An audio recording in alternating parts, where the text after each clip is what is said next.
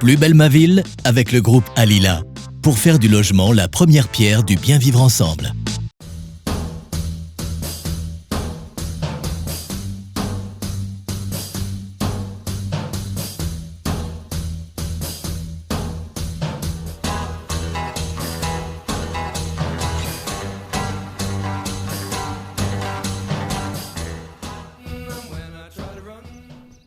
Bonjour à tous et bienvenue dans votre émission consacrée aux villes. Ce mois-ci, nous nous intéressons à Écully. Située dans les collines de l'ouest lyonnais, dans la première couronne, la commune comptait au dernier recensement un peu plus de 18 000 habitants.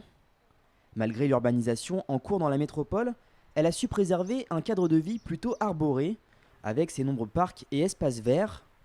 En témoigne son label 4 fleurs au concours des villes et villages fleuris, une marque probablement de fidélité de la commune envers la devise de son blason, qui signifie toujours verdoyant. Écully, c'est une ville chargée d'histoire. Il ne faut pas oublier que c'était la résidence d'été des soyeux lyonnais. Et je crois qu'elle a su garder, on va dire, un équilibre entre une urbanisation maîtrisée et la préservation, effectivement, de son patrimoine arboré. D'ailleurs, on le voit bien ici. On est au milieu d'un parc en cœur de ville. Si Écully a su préserver son caractère village avec ses nombreux commerces de proximité, elle n'en est pas moins un territoire attractif où plusieurs institutions ont fait le choix de s'implanter, au premier rang desquelles on peut nommer le service central de la police technique et scientifique. Et puis des entreprises innovantes, des entreprises dynamiques, non seulement au niveau national mais à l'international. Et je pense en particulier au campus SEB, qui est un de nos fleurons. Le leader du petit équipement domestique a en effet décidé de garder son implantation éculloise. Moulinex, Tefal ou encore Rowenta, sous la bannière du groupe SEB, ces marques sont réunies ici au sein du siège mondial, inauguré en 2017. Attractive, la ville d'Écully l'est aussi sur le plan de la formation. Sur son campus Lyon-Ouest, plus de 6000 étudiants et autant de chercheurs et stagiaires fréquentent le pôle d'enseignement et de recherche qui s'est développé autour de grands établissements. L'école centrale est plus que représentative avec ses 161 ans d'histoire. En déménageant de Lyon pour venir ici en 1967, le vaste campus a stratégiquement pu consacrer une large place à la recherche, ce qui lui a valu de devenir l'une des meilleures écoles du monde. Le dernier classement du Times New Education classe l'école centrale de Lyon en 5e position mondiale, avec 2 écoles devant nous, 2 universités chinoises et 2 universités américaines. Et on a le premier classement, première école française à apparaître dans ce classement, de la qualité de notre recherche avec le monde de l'industrie. Résolument tournés vers le monde professionnel, certains cursus de l'école sont même réalisés en alternance, comme c'est le cas dans ce cours de travaux pratiques, où les étudiants travaillent sur des alternateurs. Ils font une modélisation de cet alternateur, essayer d'en faire un modèle électrique équivalent, et puis ensuite de voir comment ça fonctionne avec les échanges de puissance sur le réseau, ce genre de choses. Alors moi je viens de l'île de la Réunion, donc c'est pas vraiment tout proche. Et alors j'ai toujours voulu être ingénieur. Centrale, c'est vrai que c'est une école prestigieuse et ça fait toujours rêver quand on est plus jeune. Et puis aujourd'hui c'est vrai que c'est un rêve qui se concrétise un peu. Moi j'espère que dans mon secteur, pour l'avenir dans le milieu professionnel, ça va me permettre d'accéder à un réseau très très riche et aussi assez influent quand même.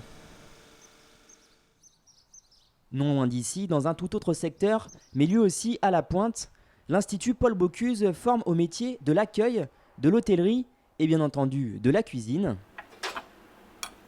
Les étudiants alternent ici sans problème entre cours théoriques et pratiques. À l'Institut Paul Bocuse parce que c'est tout simplement une des meilleures écoles du monde, qu'on a accès à un enseignement donc, avec des chefs étoilés, des MOF. On a des occasions de participer au CIRA, à beaucoup d'événements en lien avec la gastronomie.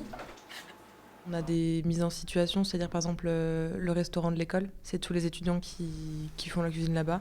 Donc là c'est pas vraiment pour apprendre, c'est juste pour être vraiment mis dans le bain de suite à chaud. Chose unique en France pour ce domaine d'études, l'écrin du château du Vivier accueille pas moins de 54 nationalités différentes, attirées par la renommée bien sûr du grand chef lyonnais.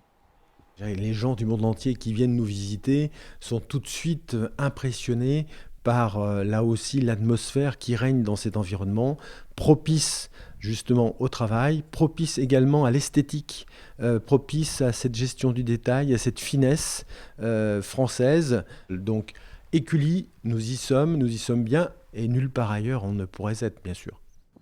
Notre focus consacré à la ville d'Écully est terminé. On se retrouve le mois prochain pour une nouvelle émission.